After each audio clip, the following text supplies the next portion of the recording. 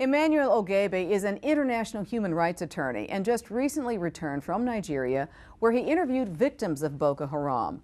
Mr. Ogebe is Nigerian-born and an expert on bilateral U.S.-Nigerian relations. So good to have you join us in the studio. Thank you for having me, Angela. So you left, or you've been back a week now. Yes.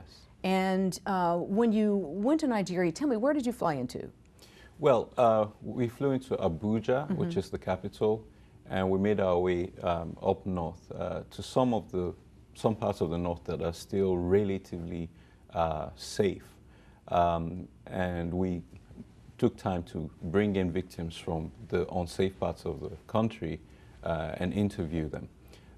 We also left and went to Cameroon, the neighboring part of the neighboring country, to visit victims who are in refugee camps there.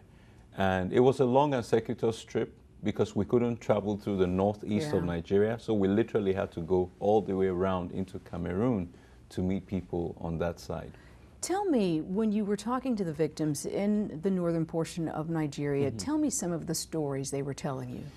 Well, it's horrific, and you just begin to wonder, where do you start? But one of the ladies who really struck my team was a young lady named Naomi.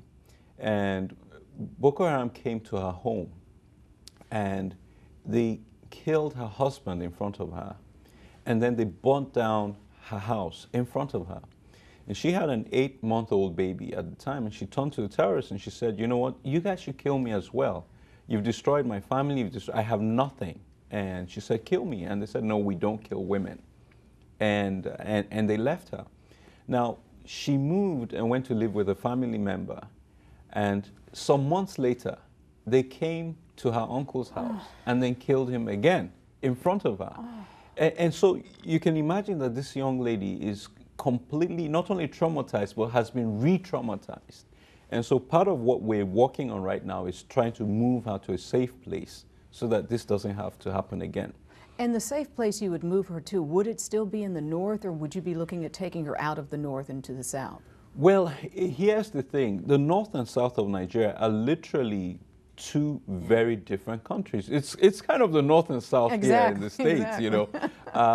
So it would be difficult for them to adjust in the north, from the north to the south. So we're looking and we're working in some parts of the north, the central area, that they can still share common languages and culture and be absorbed into the community. And that's where we're trying to build shelters for them. How old was this young lady? Naomi is about 22. And she has seen the most horrific things twice over. Precisely. I'm concerned about her mental health.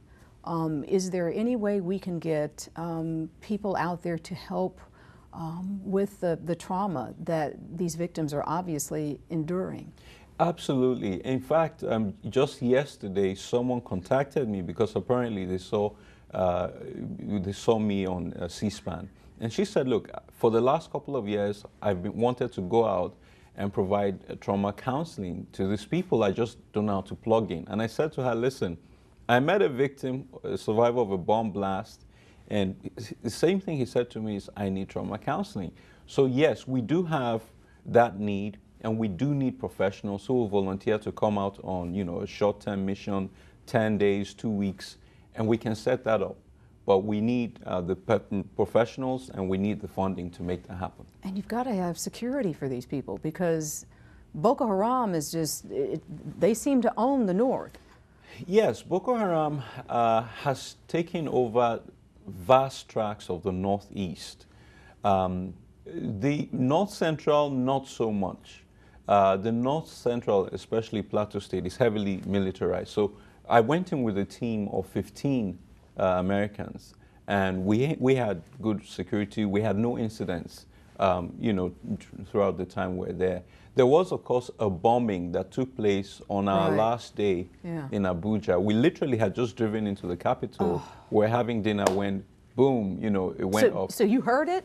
No, we didn't. Okay. But our security guy had just left us because we were now supposedly in a secure location, and he was going home to see his family. And he had it. It happened on the road in front of him. Oh my goodness. So we went on lockdown mode, went back to our hotels to email our families and say, hey guys, we're all fine. But that was the only incident that occurred anywhere close to where we were. So yes, security arrangements are part of what we do when we go in with teams like that. Tell me about you going to Cameroon and talking to victims there. I'm assuming they too were victims of Boko Haram. Oh yes, absolutely, absolutely. And here's the thing: I told you about Naomi. Right. Now Naomi, after the second attack, when her uncle was killed, she just packed her stuff, got in a taxi, and ran out of town. But she ran southward to the north central of Nigeria. Now, there are other people in Borno State, which is on the border with Cameroon, who didn't have a taxi, who didn't have money, who literally, the terrorists were just going from house to house, killing them, burning their homes, and looting their stuff. And we're talking about entire villages that got up and walked miles and miles and miles to the next country. That's the situation in Cameroon. So is there a displacement community there from the northeastern There are portion? refugee camps in Cameroon. And when we went there, it was heartbreaking. How many would you say, how many refugees? In the one camp we went to, there were about 3,000 people. Oh my goodness. In the one camp. And here's the worst part. We just visited the one camp. There are multiple camps. And yesterday I got a distress call from one of our guide to Cameroon, and he said that one of the camps had just been attacked. Now, we don't know the full details. I've reached out to the UN, what's going on, because people in a refugee camp are supposed to be safe. That's right. They didn't leave another country to come here as refugees, give up their livelihoods and all of that to get attacked in a UN camp. Well, who's responsible for the refugee camps? Who sets them up? Is it the United Nations? Yes, the UN has set up some camps, but there's some unofficial camps because apparently the UN is backlogged. There's so many people coming in, they've not been able to register everyone. And literally the week we were in Cameroon, about an estimated 3,000 more people came across the border. So this is a crisis. This is a humanitarian crisis. There's no doubt about it.